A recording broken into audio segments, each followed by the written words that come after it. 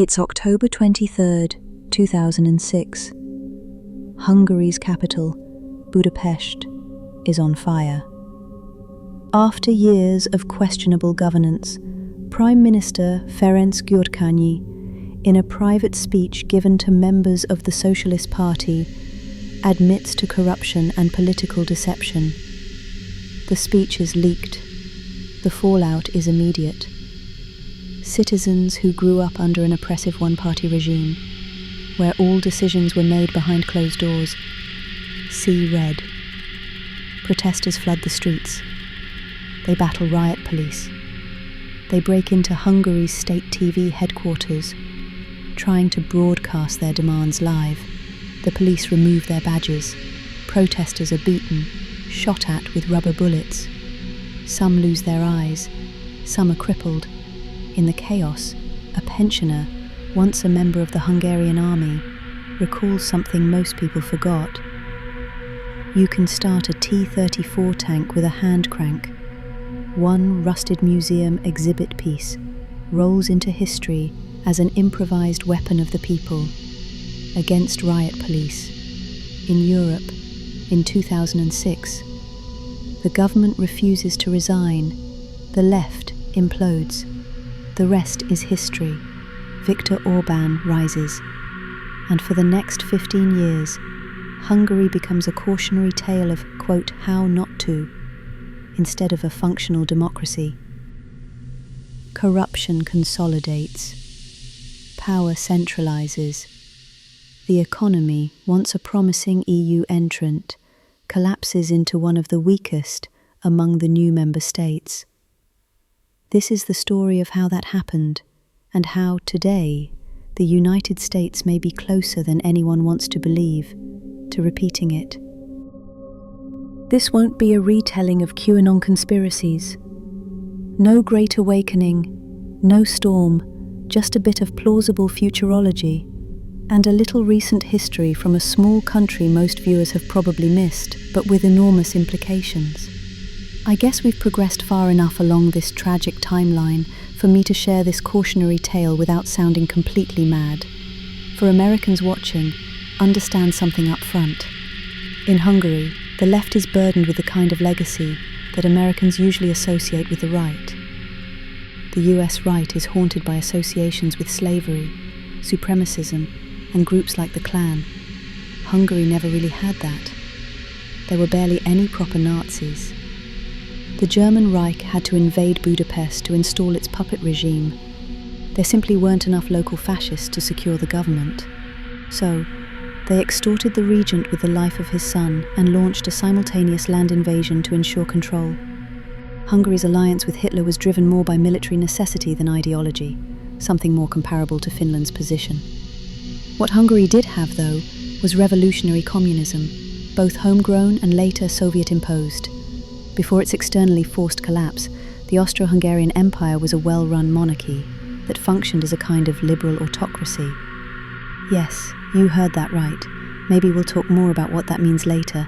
It was run and managed pretty decently. In the power vacuum came the so-called tyrannic, the Republic of Soviets. This was a completely homegrown regime.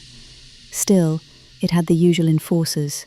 In this case, they were known as the Lenin Boys. They toured the countryside by armoured train, and since there was no royalty left to kill, they murdered so-called class enemies instead. Landowning peasants, local leaders, veterans. The backlash to their actions was just as brutal. Still, the country tried to cling to a semblance of the so-called happy peacetimes era before World War I. Like Gondor with its stewards, we tried to pretend the monarchy still stood, with an admiral acting as regent. It was not to be. After World War II, the Soviets finished what Hungary's homegrown communists had started, waging class warfare against the peasantry, old-time intellectuals, religion, and all the usual suspects. Communism became a state religion, with zero tolerance towards anyone it declared an enemy. Today, many of Hungary's modern left-wing parties still include figures from the communist era, and not one of them has ever publicly said as much as, "We're sorry," let alone attempted to make amends by action. That unresolved legacy is why the Hungarian left can't win many hearts outside the capital Budapest, and it's why a single scandal, the Orsud speech, was enough to make them untenable to large swaths of the population. Now ask yourself this: what happens when a major American party has its own unresolved legacy, one rooted in racial resentment, authoritarian flirtations, and bad faith populism? What happens when that party collapses, but refuses to die?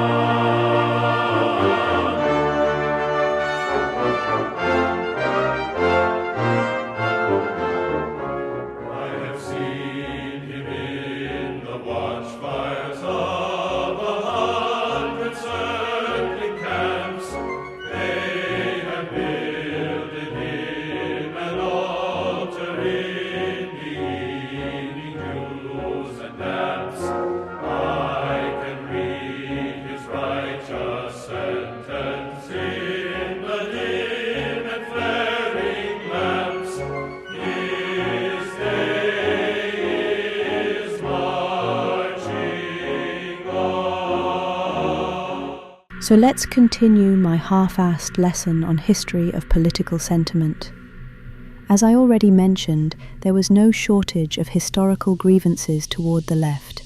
Instead of adapting Maoism, which glorified the peasantry as a revolutionary class, the Hungarian left enforced a Soviet-style Marxist-Leninist doctrine.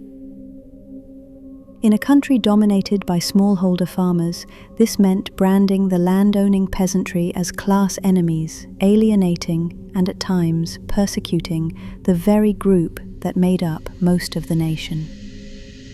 And despite what many Americans assume, the socialist regime wasn't universally despised. There were upsides: housing, education, basic stability.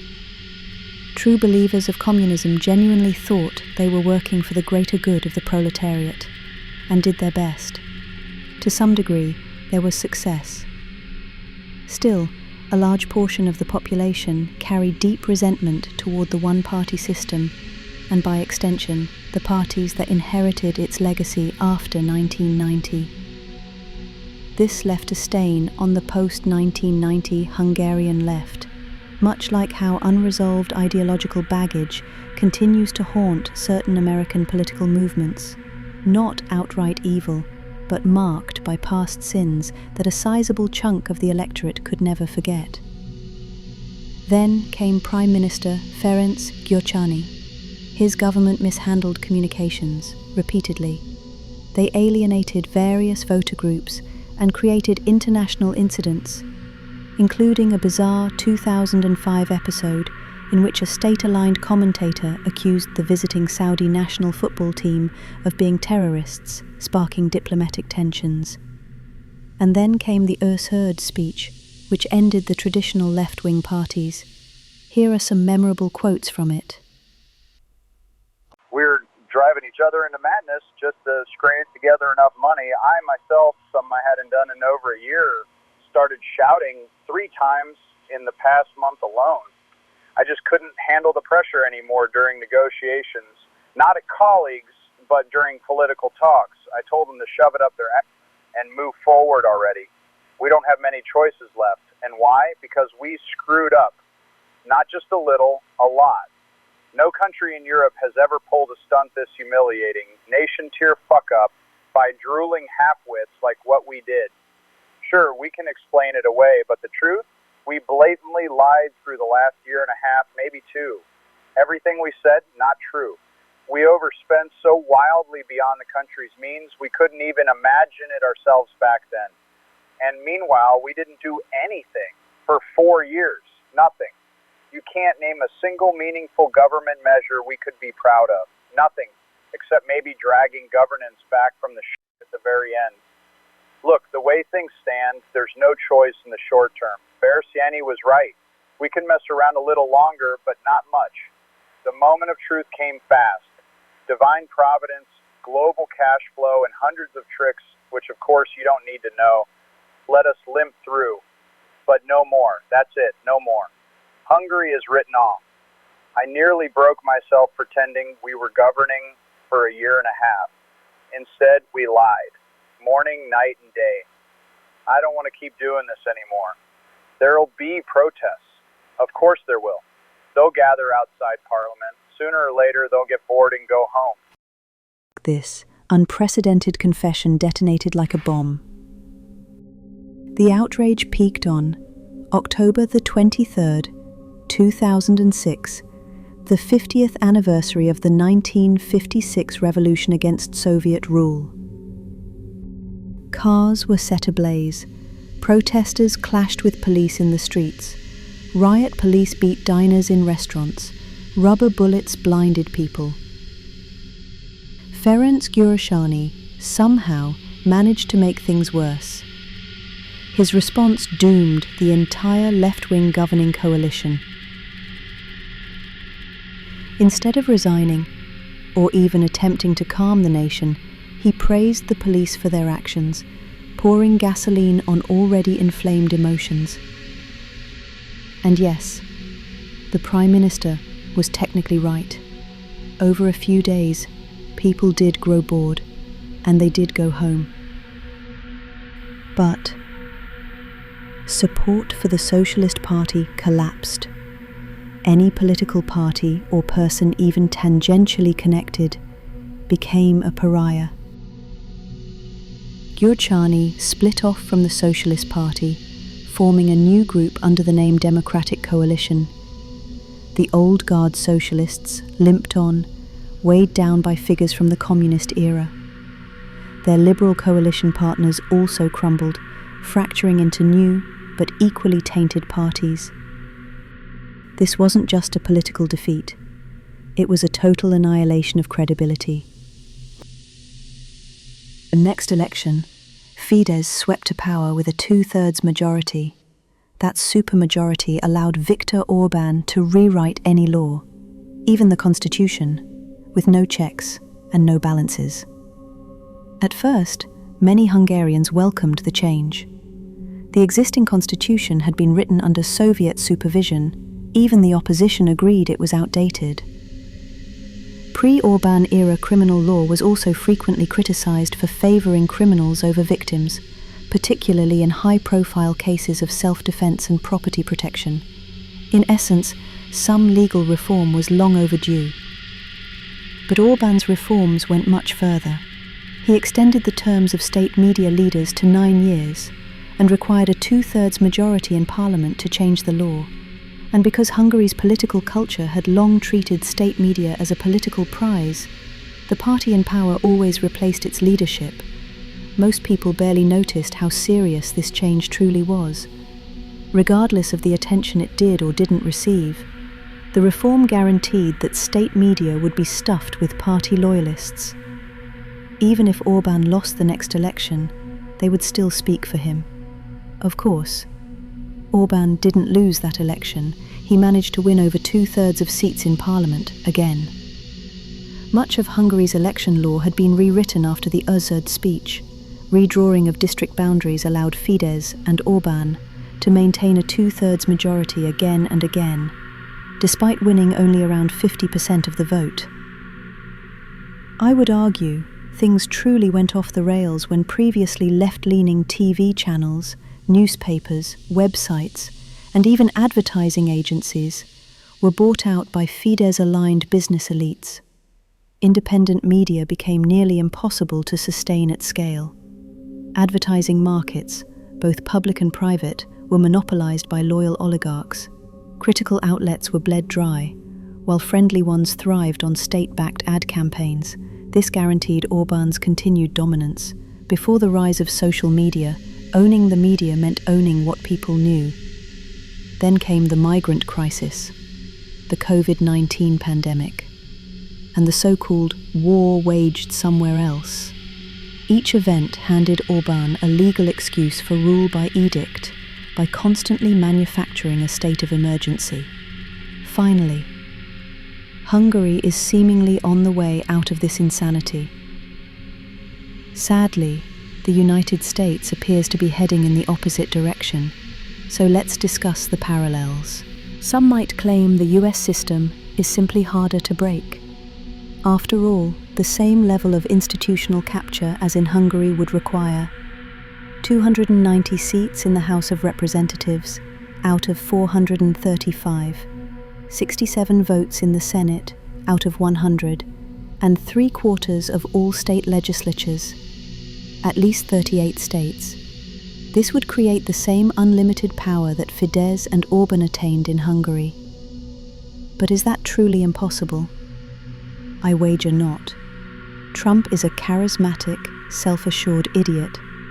That combination can be dangerous. I do not mean it in the medical sense of being mentally challenged. I am insulting his judgment in geopolitics. Even the United States cannot win a war against the rest of the planet, be it economic or military. Sure, it can make everyone lose as well, but that is not winning. And, well, everyone else lost too, is cold comfort to the average John Doe, who is the one stuck living with the fallout. Trump's tariff proposals are as terrible for the American economy as Orbán's midnight decrees were for Hungary. Rolled out with no warning, no analysis, no thought for the knock-on effects. Companies cannot plan, so they preemptively pad prices with massive risk premiums and freeze investments. That is how you get stagflation.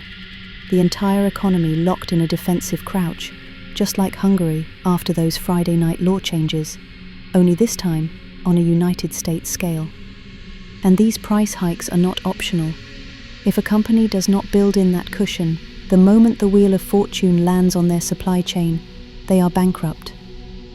Unless Trump's personality changes, America will have Great Recession 2.0. And that is somehow the less sketchy part of his presidency. The real danger is not the tariffs, though. It is rot. Specifically, the kind of rot you cannot scrub off once people believe it is there. Regardless of whether it is true or not, the perception alone can bury them. Remember, Trump and the Republicans ran on a platform of supposed moral superiority: God, family, law and order. Enter Epstein. There is almost nothing more devastating for such a party than the suggestion its top leadership may have been tied to an international child sex trafficking and exploitation ring. Some might even argue the damage is already done, that we are merely watching the ship slowly take on water before it finally sinks. It might just be me, but I cannot see that career politicians and intelligence operatives are fundamentally different from their counterparts in other countries. Here is the uncomfortable parallel. In the Eastern Bloc, no one got near political power without handing over compromat, compromising material that could destroy them if leaked. It was not unheard of for the security services to arrange it for you. A mistress, a bribe, even victims delivered to sexual predators, so that when the party needed leverage, they already had you in a vice. Now, look at Epstein through that lens. Wealth conjured from nowhere, plea deals that defied logic, files that remain classified even after his death. He does not have to be a compromat agent for the comparison to land. He only has to look like one. And in politics, that distinction makes no difference at all. Let us be honest. America, in the era of McCarthyism, was not above committing extreme and morally questionable actions if it meant evil commies were kept out, because perception is the poison.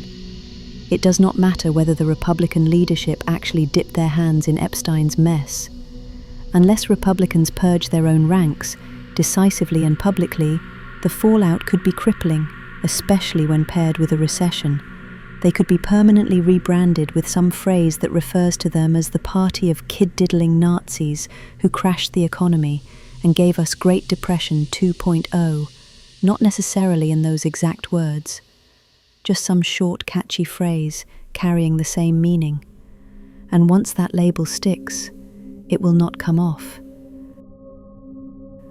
Of course, people from America always like to yap about there will be a civil war. I wager there will not be. The conditions needed for it simply do not exist in the States for the time being. To have a civil war, you need to normalize killing people with opposing political views, which is easy when they are strange people living far away, like it was during the American Civil War.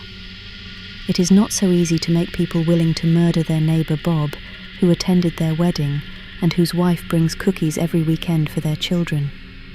To get neighbors murdering each other, the society needs to fall to the levels of dysfunction observed in the so-called Weimar Republic of Germany or in Russia before the Civil War broke out. At those times, society was completely hijacked by revolutionary rhetoric on all sides. On the left, it was, "You shall not suffer bourgeois to live."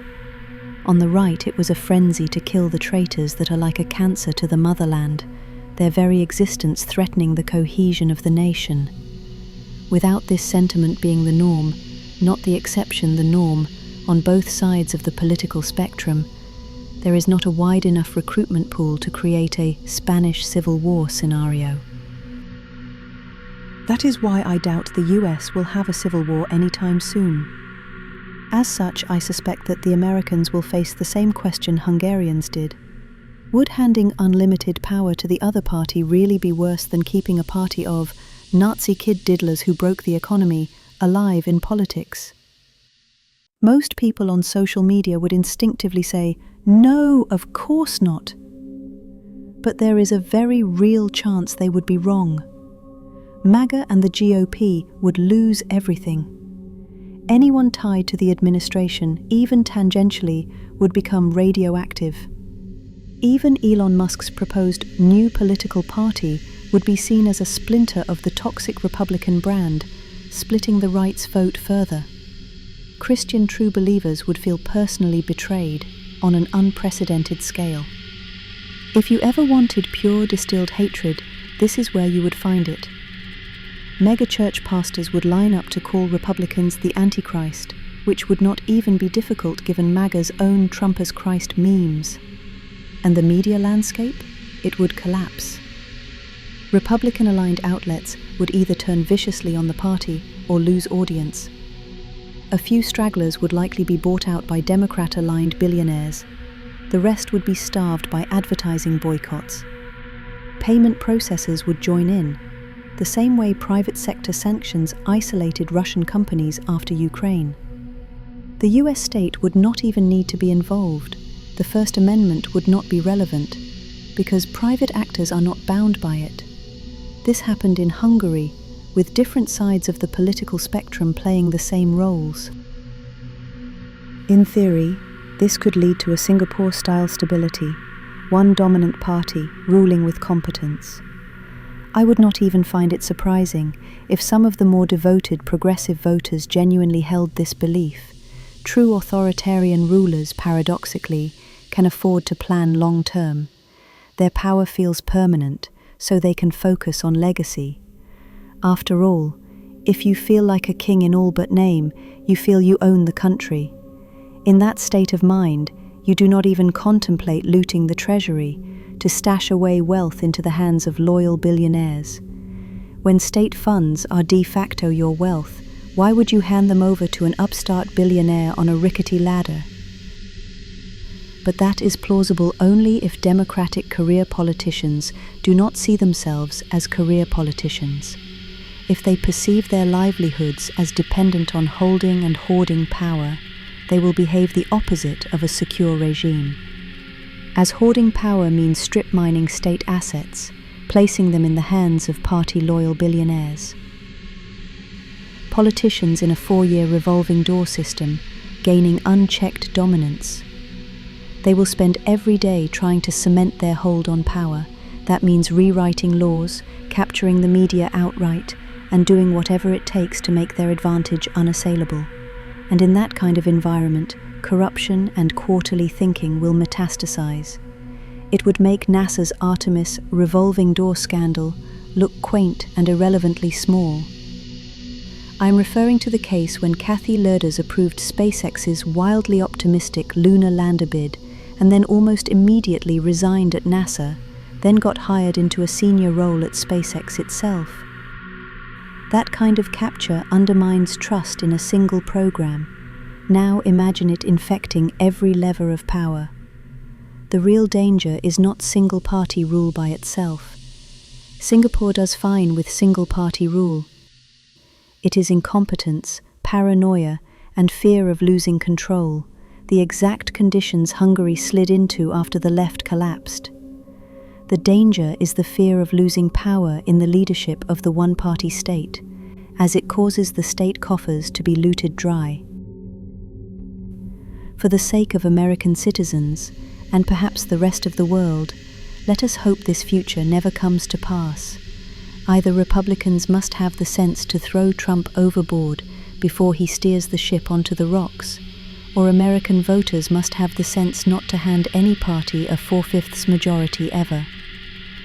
Let's hope Perun's favorite bet placed with #team "Nothing Ever Happens" will be the winning one.